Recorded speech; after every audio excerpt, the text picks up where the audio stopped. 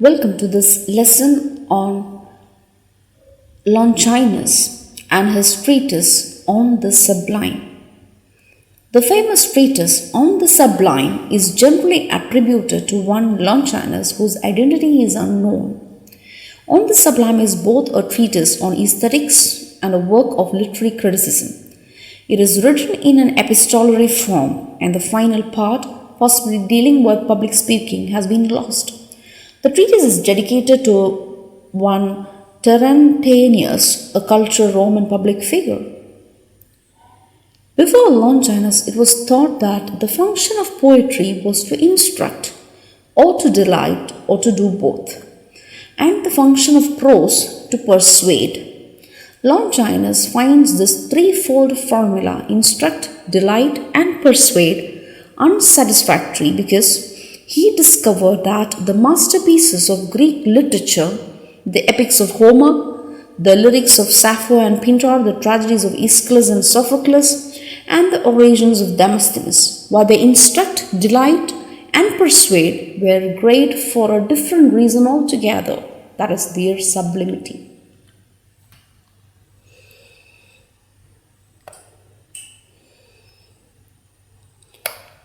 Longinus defines sublimity as that consists of a certain distinction and consummate excellence in expression, and it is from this and no other cause that the greatest poets and prose writers have gained their eminence and immortal fame. The effect of a lofty passage is not merely to convince the reader, but to transport him out of himself. Not instruction or delight or persuasion is a test of great literature, but transport caused by an irresistible magic of speech. If the hearer is spellbound by what the writer says, he can neither think nor feel except what the writer thinks or feels. Then the work has the quality of the sublime. The influence of the sublime acts with an irresistible might and get the upper hand with every hearer. He says sublime is the image of greatness of mind. The dignity, grandeur, and energy of a style largely depend on a proper employment of images. Figures of speech play an important part in producing sublimity. The essay puts emphasis on ingenuity, excitement, imagination, and shocking artistic effects. Longinus' ideas on sublime are of great influence to romantic literature and criticism. He was once regarded by Dryden as the greatest critic after Aristotle. The treatise is an insult towards the political persecution, moral decadence, and literary corruption, though. Sublimity is not innate, according to Longinus. It can be acquired by instruction.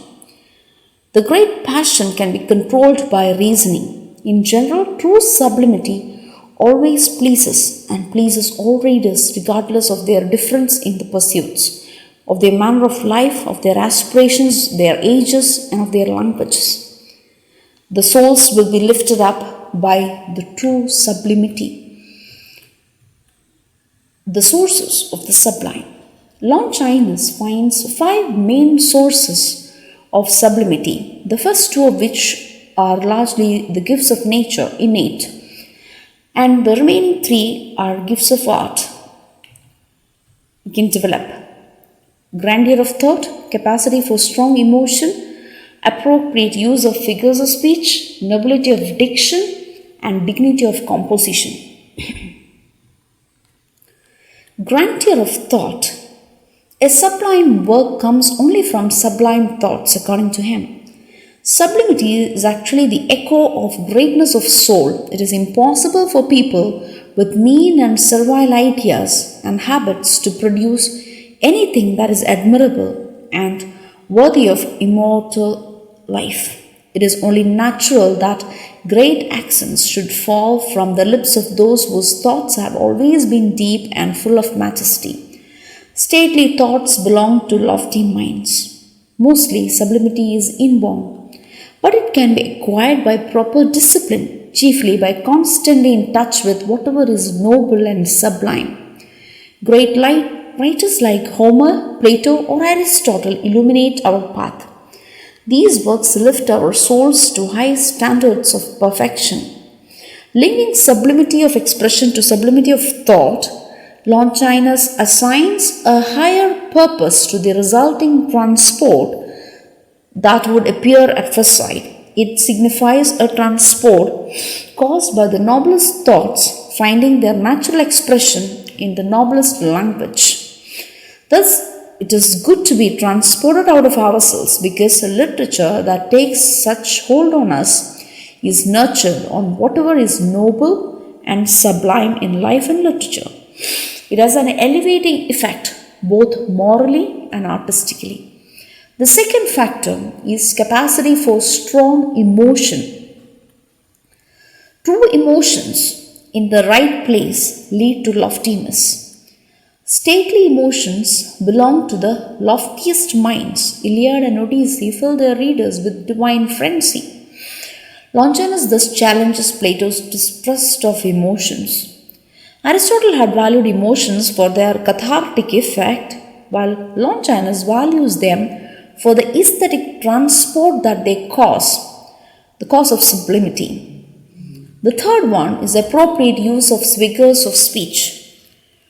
Longinus does not consider figures of speech as an unnatural imposition on speech, thrust in for the sake of ornament, but by introducing an element of strangeness into what one speaks or hears every day, they satisfy a basic demand of human nature, that is, for a pleasant surprise.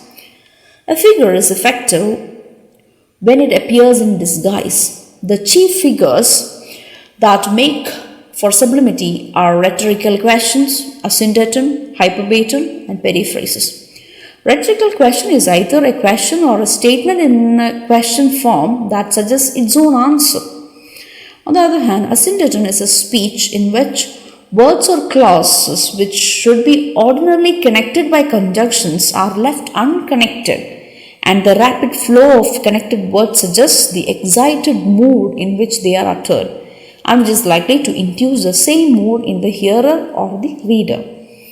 Hyperbaton is an inversion of the normal order of words, suggestive of a disordered utterance made under an emotional strain and following with a like effect on the hearer or the reader. The apparent disorder in the use of verbs shows chaos or confusions in the minds of the characters, and it is reproduced in the reader also. Periphrasis is a roundabout way of speaking. Fourth one is the nobility of diction. Longinus turns his attention to diction, which comprises of the first one is the proper choice of words, and the second, the use of metaphors and ornamental language. Words have a moving and seductive effect upon the reader and are the first things in a style to lend it grandeur, beauty and mellowness, dignity, force, power, and a sort of glittering charm. It is that they breathe voice into dead things. They are the very light of thought. It should be noted that imposing language is not suitable for any occasion, especially when the object is trivial.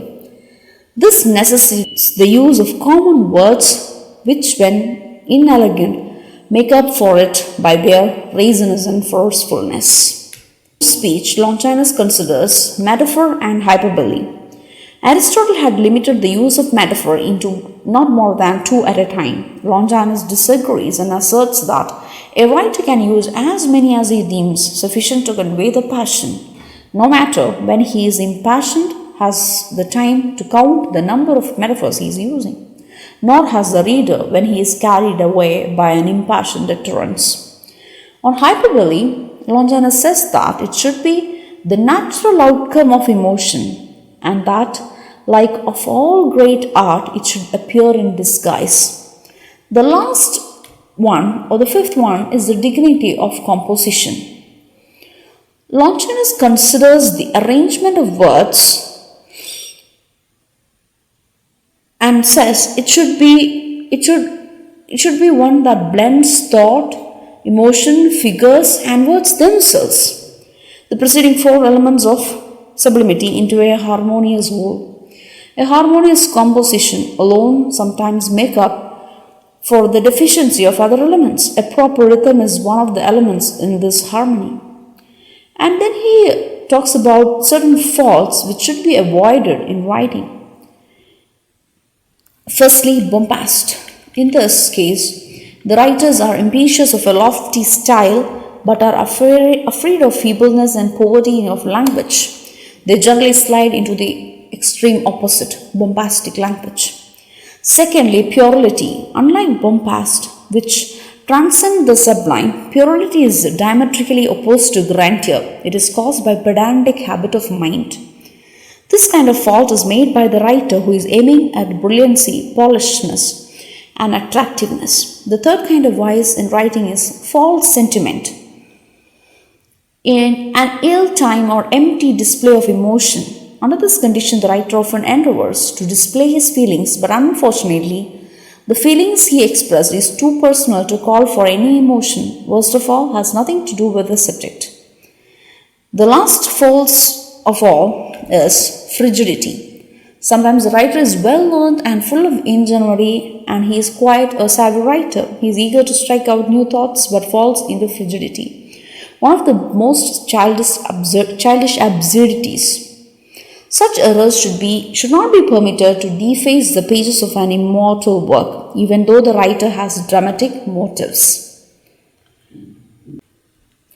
Longinus is not original in many of his ideas that he has expressed in the Sublime, as most of them were already expressed by Aristotle and others, but in his main thesis, his theory of transport, he rises above all his predecessors, Greek or Roman.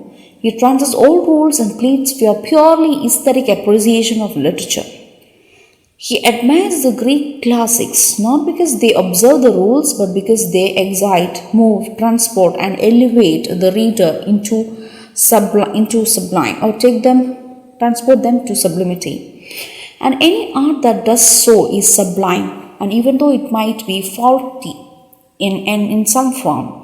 Homer is a great writer in spite of all his formal blemishes, according to Longinus. Longinus sees an intimate connection between the greatness of soul and greatness of speech. Here he follows Plato, to whom also excellence in art was but a reflection of excellence of character. Longinus thus is three characters in one: a classicist in taste, a romanticist in temper, and an idealist at heart. Thank you.